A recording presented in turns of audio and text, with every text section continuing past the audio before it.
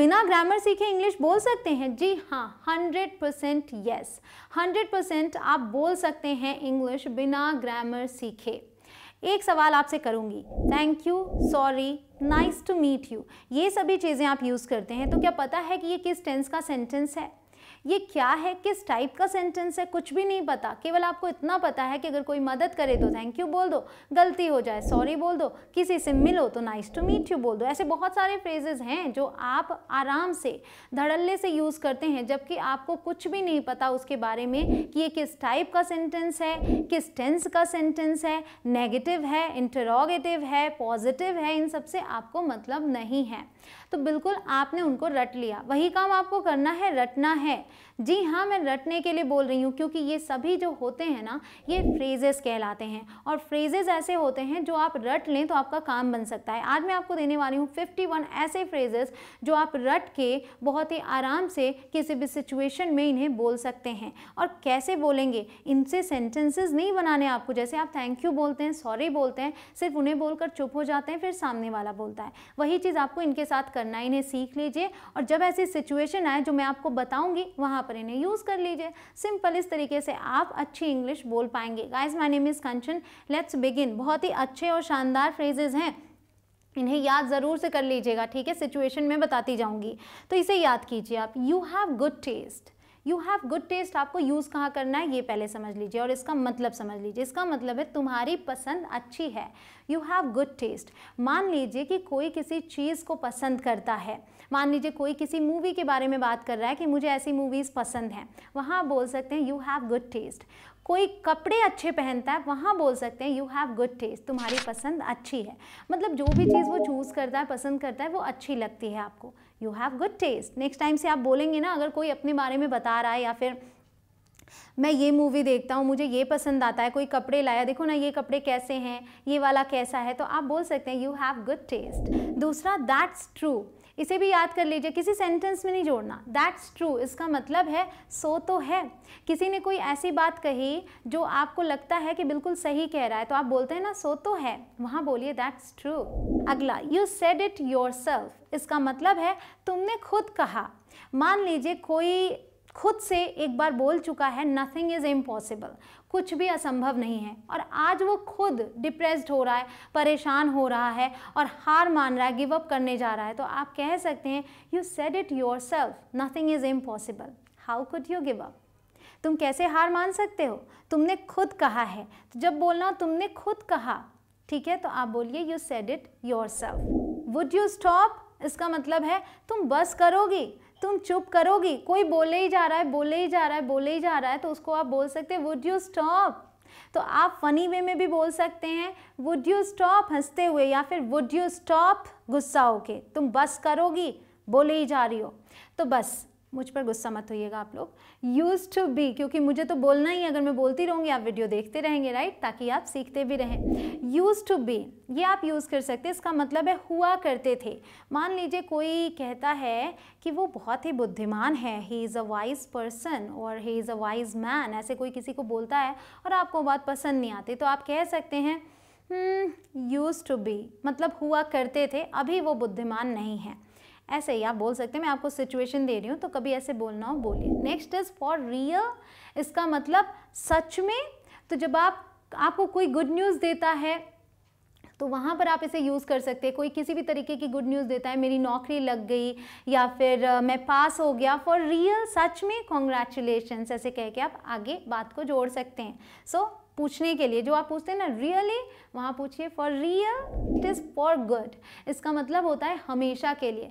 देखने में तो लग रहा है फॉर गुड का मतलब होगा अच्छे के लिए, लेकिन ये भी एक फ्रेज़ है जिसका मतलब है हमेशा के लिए। तो मान लीजिए कि आप कहीं जा रहे हैं और आपने किसी से ये बात बोली कि आप सिटी छोड़ रहे हैं, शहर छोड़ रहे हैं, और आप ये बात किसी को बताते हैं, वो पूछते हैं are you living this city, क्या तुम ये शहर छोड़ रहे हो, तो आप कहते हैं फॉर गुड, हमेशा के लिए।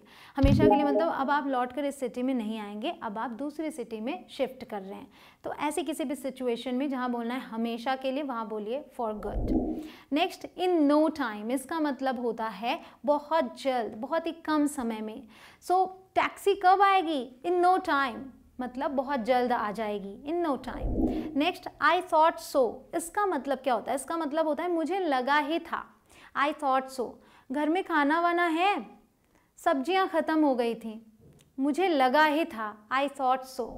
आई वॉज सो टेंस, इसका मतलब मैं कितनी परेशान थी। आई वॉज सो टेंस, मान लीजिए आप बहुत टेंस हैं और आप परेशान हैं और जिसके लिए हैं कि वो अभी तक घर आया नहीं, आपका बेटा है, आपका भाई अभी तक घर आया नहीं, और जैसे ही वो आ जाता है तो आप कह सकते हैं तुमने इतनी देर कर दी। आई वॉज सो टेंस, मैं कितनी परेशान थी। Next is may be another time, इसका मतलब शायद कभी और। कोई आपको इन्विटेशन देता है और आप कहते हैं कि आई कांट मेक इट, मतलब मैं नहीं आ सकता, तो फिर वो कुछ बोलता है कि प्लीज़ और समथिंग, किसी तरीके की रिक्वेस्ट करता है, तो आप बोल सकते हैं मे बी अनदर टाइम, शायद कभी और। Next is make a wish, इसका मतलब कोई इच्छा मांगो। आपने अक्सर नोटिस किया होगा, इवन आप भी करते होंगे, मैं भी करती हूँ, जब हमारे आई लेसेस गिरते हैं तो हम उसको यहाँ अपने फिस्ट पर रख कर विश मांगते हैं और फूकते हैं। तो जब आपको किसी के लैशेस मिलते हैं तो आप बोलते हैं ना रख के इच्छा मांगो, उसे इंग्लिश में बोलिए मेक अ विश, रखते हुए बोलिए make a wish. Next is you win, इसका मतलब है तुम जीत गए। अब आप सोचेंगे कि तुम जीत गए हैं, तो यहाँ पे या तो यू वॉन होना चाहिए या तो यू हैव वॉन होना चाहिए। तो यहाँ पर हमने विन का यूज़ क्यों किया? तो मैं आपसे कह तो रही हूँ गाइज, मत सोचिए कि किस टेंस का सेंटेंस है, किस टाइप का सेंटेंस है। ध्यान ये रखिए कि ये फ्रेजेस किस सिचुएशन में यूज़ करने, क्योंकि ये फ्रेज है इसलिए ये ऐसा ही बोला जाता है। जीतने के बाद भी आप बोलेंगे यू विन, आप खुद जीत जाएं तो आप बोलिए आई विन, ठीक है, ये फ्रेज है, ऐसे ही यूज़ करना है आपको। अब देखिए you were right, you were right का मतलब है तुम सही कह रहे थे। यहाँ किसी कहने की बात के लिए है कि तुमने जो कहा वो सही था, तो वही बोल रहे हैं यू वर राइट, तुम सही कह रहे थे। ये तो आप समझ ही चुके होंगे कब यूज़ करना है। मान लीजिए कि कोई कुछ पहले कह रहा था, अब वो बात सच हो गई, तो आप कहते हैं यू वर राइट, तुम सही कह रहे थे। यस यू आर राइट, हाँ तुम सही कह रहे हो। तो अब प्रेजेंट में है ये, मतलब अगर कोई बोल रहा है कुछ, उसी टाइम पे आपको कहना है, आपको ये दिखाना है कि आप अग्री करते हैं, तो आप कहते हैं यस यू आर राइट, तुम सही कह रहे हो, ऐसा ही तो है। Next is don't you think, इसका टोन भी वही होना चाहिए। डोंट यू थिंक मतलब तुम्हें नहीं लगता।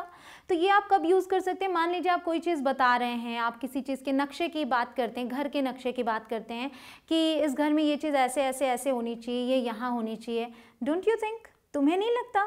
तो बस इस तरीके से आप राय मांगते हैं किसी से। नेक्स्ट इज व्हाट देन, इसका क्या मतलब हो सकता है? इसका मतलब है फिर क्या।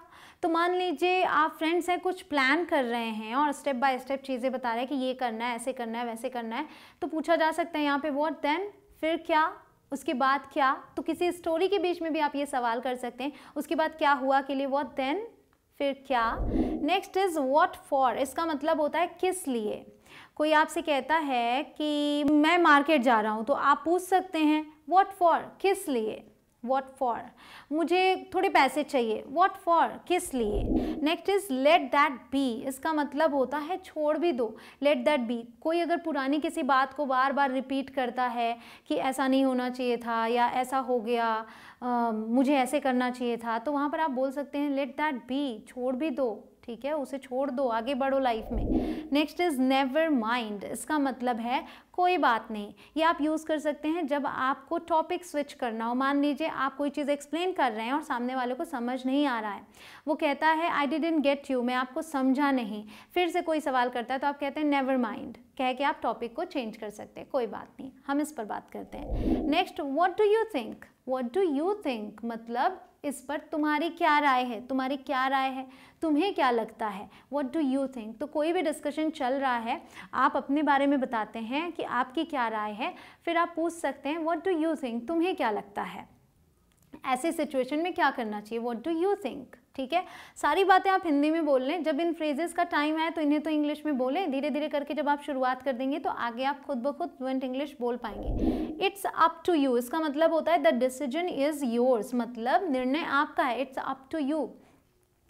ये इस पर भी आप बोल सकते हैं, ये आप पर निर्भर करता है, ऐसे भी आप बोलते हैं इट्स अप टू यू, कि आपको क्या करना है आप देख लो, it's up to you. Next I have no clue, तो अगर आपको किसी बारे में कुछ पता नहीं और कोई पूछ रहा है तो आई डोंट नो आप कहते हैं, वहाँ यूज़ कर सकते हैं आई हैव नो क्लू, मुझे बिल्कुल नहीं पता, I have no clue. Next is frankly speaking, फिर आप आगे की बात चाहे हिंदी में ही कर लें। इसका मतलब क्या होता है, सच कहूँ तो मान लीजिए किसी भी तरीके का डिस्कशन चल रहा है आप लोगों में और आप कहते हैं कि सच कहूँ तो मेरा वहाँ जाने का मन नहीं था, फ्रैंकली स्पीकिंग मेरा वहाँ जाने का मन नहीं था। तो बस यहाँ आपने इंग्लिश तो यूज़ कर लिया, कुछ तो यूज़ किया। आगे बढ़ते हैं, टेक इट और लीव इट। ये अगर आप शॉपकीपर हैं तो बहुत काम का है। जो भी लोग बार्गेन करते हैं ना, आते हैं बार्गेनिंग करने लगते हैं, भैया इतने का लगाओ ना, या फिर इसको इतने का होना चाहिए, तो आप बोल सकते हैं टेक इट और लीव इट। लेना हो लो वरना रहने दो। अप फ्रंट बोल दिया इतना, अब बार्गेनिंग बंद हो जाएगी, है ना। Next is I have a sweet tooth. I have a sweet tooth का मतलब आप समझ सकते हैं क्या है। इसका मतलब है मुझे मीठा पसंद है। इसका ये मतलब नहीं कि मेरा दांत मीठा है।